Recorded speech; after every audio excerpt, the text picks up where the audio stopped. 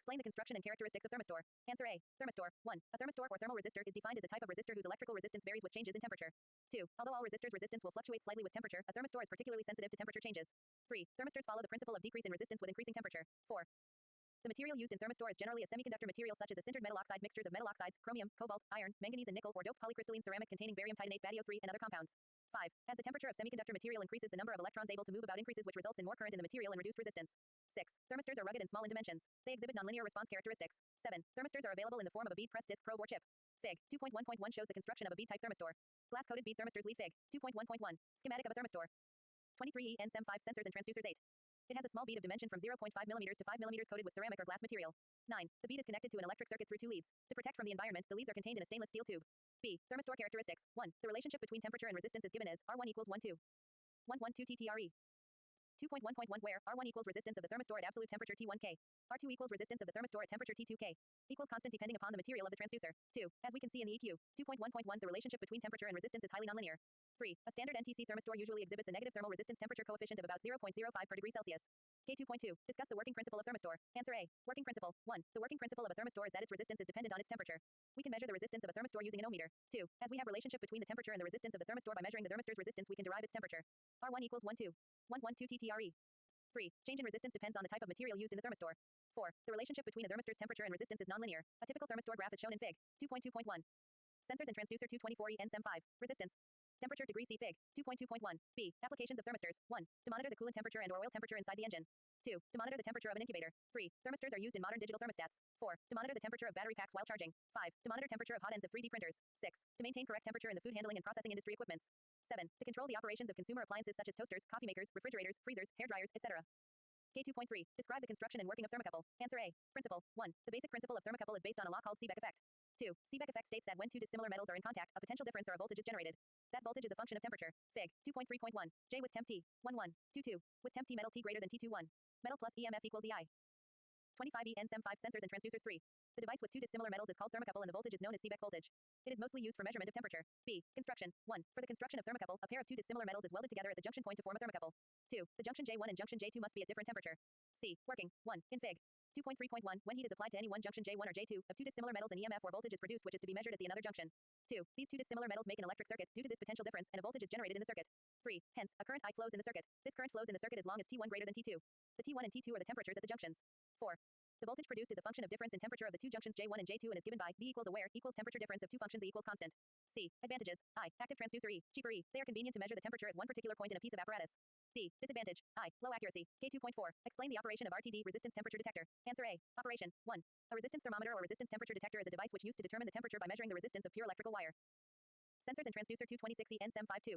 This wire is referred to as a temperature sensor. If we want to measure temperature with high accuracy, RTD is the only one solution in industries.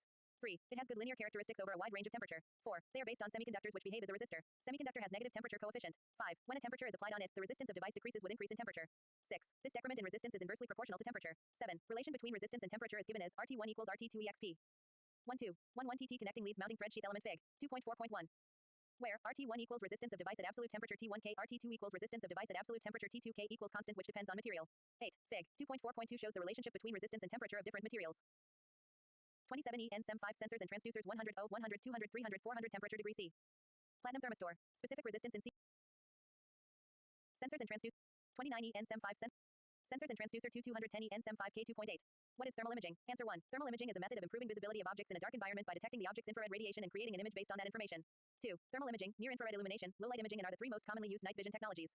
3. Thermal imaging works in environments without any ambient light. Thermal imaging can penetrate obscurance such as smoke, fog and haze. K2.9. How thermal imaging works. Answer 1. All objects emit infrared energy heat as a function of their temperature. The infrared energy emitted by an object is known as its heat signature. 2. In general, the hotter an object is, the more radiation it emits.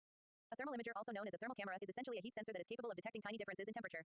3. The device collects the infrared radiation from objects in the scene and creates an electronic image based on information about the temperature differences. 4. Because objects are rarely precisely the same temperature as other objects around them, a thermal camera can detect them and they will appear as distinct in a thermal image. 5. Thermal cameras more or less record the temperature of various objects in the frame and then assign each temperature a shade of a color, which lets you see how much heat it's radiating compared to objects around it. 6. Thermal images are normally grayscale in nature. Black objects are cold, white objects are hot, and the depth of gray indicates variations between the two. 7. Some thermal cameras, however, add color to images to help users identify objects at different temperatures. 8. There are two common types of thermal imaging devices. A. Uncooled. I. This is the most common type of thermal imaging device. The infrared detector elements are contained in a unit that operates at room temperature. E. This type of system is completely quiet, activates immediately, and has the battery built right in. 211E NSEM5 sensors and transducers. B. Cryogenically cooled. I. More expensive and more susceptible to damage from rugged use, these systems have the elements sealed inside a container that cools them to below 32 F 0 degrees C. The advantage of such a system is the incredible resolution and sensitivity that result from cooling the elements. Cryogenically cooled systems can see a difference as small as 0.2 F 0.1 degrees Celsius from more than 1,000 feet 300 meters away. Part 3. Measurement of position using Hall effect sensors. Questions, answers, long answer type and medium answer type questions. K2.10. What is Hall effect sensor? How it can be used to measure fluid level position. Answer A. Hall effect sensor. Magnet NS magnetic field Hall voltage plus constant current flow DC supply Fig. 2.10.1. Principle of working of Hall effect sensor. 1. A Hall effect sensor is a device that is used to measure the magnitude of a magnetic field. Its output voltage is directly proportional to the magnetic field strength through it. Sensors and transducer 212E N SEM52. Hall effect sensors consist basically of a thin piece of rectangular p-type semiconductor material such as gallium arsenide, gauze, indium antimonide, INSB, or indium arsenide, INS passing a continuous current through itself. 3. When the device is placed within a magnetic field, the magnetic flux lines exert a force on the semiconductor material which deflects the charge carriers, electrons and holes, to either side of the semiconductor slab. 4. This movement of charge carriers is a result of the magnetic force they experience passing through the semiconductor material. 5. As these electrons and holes move sidewards, a potential difference is produced between the two sides of the semiconductor material by the buildup of these charge carriers. 6. Then the movement of electrons through the semiconductor material is affected by the presence of an external magnetic field which is at right angles to it, and this effect is greater in a flat rectangular shaped material. 7. Fig. 2.10.1 shows the principle of working of Hall effect sensor. Hall effect sensor work on the principle that when a beam of charged particles passes through a magnetic field, forces act on the particles and the current beam is deflected from its straight line path. 8. Thus one side of the disk will become negatively charged and the other side will be a positive charge. 9. This charge separation generates a potential difference which is the measure of distance of magnetic field from the disk carrying current. B. Hall effect sensor to measure the fluid level in a container. 1. The typical application of Hall effect sensor is the measurement of fluid level in a container. 2. The container comprises of a float with a permanent magnet attached at its top. An electric circuit with a current carrying disk is mounted in the casing. 3. When the fluid level increases, the magnet will come close to the disk and a potential difference generates. This voltage triggers a switch to stop the fluid to come inside the container. 4. These sensors are used for the measurement of displacement and the detection of position of an object. Hall effect sensors need necessary signal conditioning circuitry. 5. They can be operated at 100 kHz. Their non-contact nature of operation, good immunity to environment contaminants and ability to sustain in severe conditions make them quite popular in industrial automation. 213E N SEM5 sensors and transducers K2.11. Proximity sensor, inductive, capacitive and photoelectric. Use of proximity sensor as accelerometer and vibration sensor. Questions, answers, long answer type and medium answer type questions. K2.12. Explain inductive proximity sensors. Answer 1. These non-contact inductive proximity sensors detect ferrous targets, ideally mild steel thicker than 1 mm. 2. They consist of 4 major components. A. A ferrite core with coils. B. An oscillator. C. Schmidt trigger. D. An output amplifier. Sensors and transducer 214E N SEM53. The oscillator creates a symmetrical, oscillating magnetic field that radiates from the ferrite core and coil array at the sensing face. 4. When a ferrous target enters this magnetic field, small independent electrical currents called eddy currents are induced on the metal surface. 5. This changes the reluctance natural frequency of the magnetic circuit, which in turn reduces the oscillation amplitude. 6. As more metal enters the sensing field, the oscillation amplitude shrinks and eventually collapses. This is the eddy current killed oscillator or echo principle. 7. The Schmidt trigger responds to these amplitude changes and adjusts sensor output. 8. When the target finally moves from the sensor's range, the circuit begins to oscillate again and the Schmidt trigger returns the sensor to its previous output. 9. If the sensor has a normally open configuration, its output is an on signal when the target enters the sensing zone. With normally closed, its output is an off signal with the target present. 10. Output is then read by an external control unit, e.g., PLC, motion controller, smart drive that converts the sensor on and off states into usable information. Inductive sensors are typically rated by frequency or on-off cycles per second. 11. Their speeds range from 10 to 20 Hz in AC or 500 Hz to 5 kHz in DC. Because of magnetic field limitations, inductive sensors have a relatively narrow sensing range from fractions of millimeters to 60 millimeters on average, though longer range specialty products are available. 12. To accommodate close ranges in the tight confines of industrial machinery, geometric and mounting styles available include shielded flush, unshielded, non-flush, tubular, and rectangular, flat pack. 13. Tubular sensors, by far the most popular, are available with diameters from 3 to 40 millimeters. Target amplitude drops, Schmidt trigger amplifier reluctance shifts, oscillator maintains frequency, induced eddy current opposed field Fig. 2.12.1. 215E N SEM5 sensors and transducers K2.13. Discuss capacitive proximity sensors. Answer 1. Capacitive proximity sensors can detect both metallic and non-metallic targets in powder, granulate, liquid, and solid form. 2. This, along with their ability to sense through non-ferrous materials, makes them ideal for sight glass monitoring, tank liquid level detection, and hopper powder level recognition. 3. In capacitive sensors, the two conduction plates at different potentials are housed in the sensing head and positioned to operate like an open capacitor. 4. Air acts as an insulator. At rest there is little capacitance between the two plates. Like inductive sensors, these plates are linked to an oscillator, a Schmidt trigger, and an output amplifier. 5. As a target enters the sensing zone, the capacitance of the two plates increases, causing oscillator amplitude change, in turn changing the Schmidt trigger state and creating an output signal.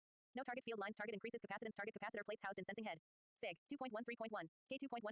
Explain photoelectric sensors. Answer 1. These sensors use light-sensitive elements to detect objects and are made up of an emitter, light source, and a receiver. 2. 3 types of photoelectric sensors are available. These are classified by the method in which light is emitted and delivered to the receiver as shown in Fig.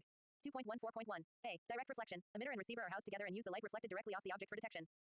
Sensors and transducer 216E N SEM5B. Reflection with reflector. Emitter and receiver are housed together and requires a reflector. An object is detected when it interrupts the light beam between the sensor and reflector. C. Through beam. Emitter and receiver are housed separately and detects an object when it interrupts the light beam between the emitter and receiver. 3. Photoelectric technology has so rapidly advanced they now commonly detect targets less than 1 mm in diameter or from 60 meters away. 4. All photoelectric sensors consist of a few of basic components. Each has an emitter, light source, light emitting diode, laser diode, a photodiode or phototransistor receiver to detect emitted light, and supporting electronics designed to amplify the receiver signal. 5. The emitter, sometimes called the sender, transmits a beam of either visible or infrared light to the detecting receiver. Fig. 2.14.1. Through beam retroreflective diffuse reflector receiver with no target emitter, the target intercepts signal. K2.15. What are the types of vibration sensor? Answer 1. Accelerometer. Accelerometers are devices that measure the vibration or acceleration of motion of a structure. 2. Strain gauge. I. A strain gauge is a sensor whose resistance varies with applied force. E. It converts force, pressure, tension, weight, etc. into a change in electrical resistance which can then be measured. 3. Eddy current. I. Eddy current sensors are non-contact devices that measure the position and/or change of position of a conductive component. These sensors operate with magnetic fields. E. The sensor has a probe which creates an alternating current at the tip of the probe. 217 EN-SEM5 sensors and transducers K2.16. How do we measure vibration with the help of proximity sensors? Answer 1. Sensors used to measure vibration come in 3 basic types: displacement, velocity, and acceleration. 2. These sensors use electromagnetic eddy current technology to sense the distance between the probe tip and the rotating machine shaft. 3. The sensor itself is an encapsulated coil of wire, energized with high-frequency alternating current AC. 4. The magnetic field produced by the coil induces eddy currents in the metal shaft of the machine, as though the metal piece were a short-circuited secondary coil of a transformer with the probe's coil as the transformer primary winding. 5. The closer the shaft moves toward the sensor tip, the tighter the magnetic coupling between the shaft and the sensor coil, and the stronger the eddy currents. 6. The high-frequency oscillator circuit providing the sensor coil's excitation signal becomes loaded by the induced eddy currents. 7. Therefore, the oscillator's load becomes a direct indication of how close the probe tip is to the metal shaft. 8. This is not unlike the operation of a metal detector, measuring the proximity of a wire coil to any metal object by the degree of loading caused by eddy current induction. 9. In this design, the oscillator circuit providing sensor coil excitation is called a proximeter. 10. The proximeter module is powered by an external DC power source and drives the sensor coil through a coaxial cable. 11. Proximity to the metal shaft is represented by a DC voltage output from the proximeter module. 12. Since the proximeter's output voltage is a direct representation of distance between the probe's tip and the shaft surface, a quiet signal, no vibration, will be a pure DC voltage. 13. The probe is adjusted by a technician such that this quiescent voltage will lie between the proximeter's output voltage range limits. 14. Any vibration of the shaft will cause the proximeter's output voltage to vary in precise step. 15. An oscilloscope connected to this output signal will show a direct representation of shaft vibration, as measured in the axis of the probe. Sensors and transducer 2. Outcome. Part. How ultrasonic flow sensor work? Answer 1. Ultrasonic flow sensors use sound waves to determine the velocity of a fluid flowing in a pipe. 2. At no flow conditions, the frequencies of an ultrasonic wave transmitted into a pipe and its reflections from the fluid are the same. 3. Under flowing conditions, the frequency of the reflected wave is different due to the Doppler effect. 219 EN-SEM5 sensors and transducers 4. When the fluid moves faster, the frequency shift increases linearly. The transmitter processes signals from the transmitted wave and its reflections to determine the flow rate. Fig. 2.17.1. Sensors water flow 5. Transit time ultrasonic flow sensors send and receive ultrasonic waves between transducers in both the upstream and downstream directions in the pipe. 6. At no flow conditions, it takes the same time to travel upstream and downstream between the transducers. 7. Under flowing conditions, the upstream wave will travel slower and take more time than the faster downstream wave. 8. When the fluid moves faster, the difference between the upstream and downstream times increases. 9. The transmitter processes upstream and downstream times to determine the flow rate. K2.18. What are the advantages, disadvantages, and applications of ultrasonic flow sensors? Answer A. Advantages. 1. It does not block the path of liquid flow. 2. The output of this meter is different for density, viscosity, and temperature of the liquid. 3. The flow of liquid is bidirectional. 4. The dynamic response of this meter is good. 5. The output of this meter is in analog form. 6. Versatility is good. 7. There is no contact to liquid. Sensors and transducer 220 EN-SEM5 8. There is no leakage risk. 9. There are no moving parts, pressure loss. 10. High accuracy. B. Disadvantages. 1. It is expensive as compared with other mechanical flow meters. 2. Design of this meter is complex. 3. Auditory parts of this meter are expensive. 4. These meters are complicated as compared with other meters. 5. It cannot measure cement or concrete pipes when they rusted. 6. It doesn't work once the pipe contains holes or bubbles in it. C. Applications. 1. These meters are used in wastewater and dirty liquid applications. 2. These meters are used wherever chemical compatibility, less maintenance, and low pressure drop are required. 3. These meters are used to measure the velocity of a liquid through ultrasound to analyze volume flow. 4. These meters measure the disparity between the transit time of ultrasonic pulses which transmits with the direction of liquid flow. 5. This is one kind of device for volumetric flow measurement for liquids as well as gases. K2.19. Discuss the working of laser or optical flow sensor. Answer 1. Laser or optical flow sensor work on the principle of optics, i.e., they measure the flow rate using light. 2. Usually, they employ a setup consisting of a laser beam and photodetectors. 3. Here, the particles of the gas flowing through the pipe scatter the laser beam to produce pulses which are picked up by the receiver as shown in Fig. 2.19.1. 4. Then, the time between these signals is determined as one would know the distance by which the photodetectors would be separated, which in turn leads to the measurement of the speed of gas. 221 EN-SEM5 sensors and transducers. 2.19. Optical flow meter. 5. As these meters measure the actual speed of the particles constituting the gases, they remain unaffected by the thermal conditions and the variations in gas flow. 6. Hence, they are capable of providing highly accurate flow data even when the environment is most unfavorable. Part 6. Level sensors, ultrasonic and capacitive. Questions, answers, long answer type and medium answer type questions K2.20. How ultrasonic level sensors work? Answer 1. Ultrasonic level sensors work by the time of flight principle using the speed of sound. 2. The sensor emits a high-frequency pulse, generally in the 20 kHz to 200 kHz range, and then listens for the echo. Ultrasonic level sensors measure distance by using ultrasonic waves. 3. The sensor head emits an ultrasonic wave and receives the wave reflected back from the target. 4. Ultrasonic level sensors measure the distance to the target by measuring the time between the emission and reception. 5. Basically, the transmitter divides the time between the pulse and its echo by 2, and that is the distance to the surface of the material. Sensors and transducer 222 EN-SEM5 6. The transmitter is designed to listen to the highest amplitude return pulse, the echo, and mask out all the other ultrasonic signals in the vessel. 7. The distance can be calculated with the following formula: L equals 1/2 times T times C, where L equals distance, T equals time between the emission and reception, C equals sonic speed. 8. The value is multiplied by 1/2 because T is the time for go and return distance. Blanking distance, out away mounting flange 6 degrees, cone beam signal echoes from surface. Fig. 2.20.1. The sensor sends pulses toward the surface and receives echoes pulses back. K2.21. What are the advantages and disadvantages of ultrasonic level sensors? Answer A. Advantages. 1. Non-contact with product. 223 EN-SEM5 sensors and transducers 2. Suitable for wide range of liquids and bulk products like powders and grains. 3. Reliable performance in difficult service. 4. No moving parts. 5. Measurement without physical contact. 6. Accuracy of 0.25% with temperature compensation and self-calibration. B. Disadvantages. 1. Not suitable for higher pressures or in a vacuum. 2. The temperature is limited to 170 degrees Celsius. K2.22. Discuss the working principle of capacitive level sensors. Answer A. Working principle. 1. The principle of capacitive level measurement is based on change of capacitance. 2. An insulated electrode acts as one plate of capacitor and the tank wall or reference electrode in a non-metallic vessel acts as the other plate. The capacitance depends on the fluid level. 3. An empty tank has a lower capacitance while a filled tank has a higher capacitance. 4. A simple capacitor consists of two electrode plates separated by a small thickness of an insulator such as solid, liquid, gas, or vacuum. This insulator is also called as dielectric. 5. Value of C depends on dielectric used, area of the plate and also distance between the plates. C equals E KAD where C equals capacitance in picofarads PF E equals a constant known as the absolute permittivity of free space K equals relative dielectric constant of the insulating material A equals effective area of the conductors D equals distance between the conductors. 6. This change in capacitance can be measured using AC bridge. Sensors and transducer 224E NSEM 5B. Measurement. 1. Measurement is made by applying a radio frequency RF signal between the conductive probe and the vessel wall. 2. The RF signal results in a very low current flow through the dielectric process material in the tank from the probe to the vessel wall. 3. When the level in the tank drops, the dielectric constant drops causing a drop in the capacitance reading and a minute drop in current flow. 4. This change is detected by the level switch's internal circuitry and translated into a change in the relay state of the level switch in case of point level detection. 5. In the case of continuous level detectors, the output is not a relay state but a scaled analog signal. K2.23. Give the advantages, disadvantages and applications of capacitive level sensors. Answer A. Advantages. 1. Relatively inexpensive. 2. Versatile. 3. Require minimal maintenance. 4. Reliable. 5. Contains no moving parts. 6. Easy to clean. 7. Rugged. 8. Simple to use. B. Disadvantages. 1. This 225E N 225E NSEM 5. Liquefied gases at very low temperature. B. Corrosive materials like hydrofluoric acid. 2. Very high pressure industrial processes. Very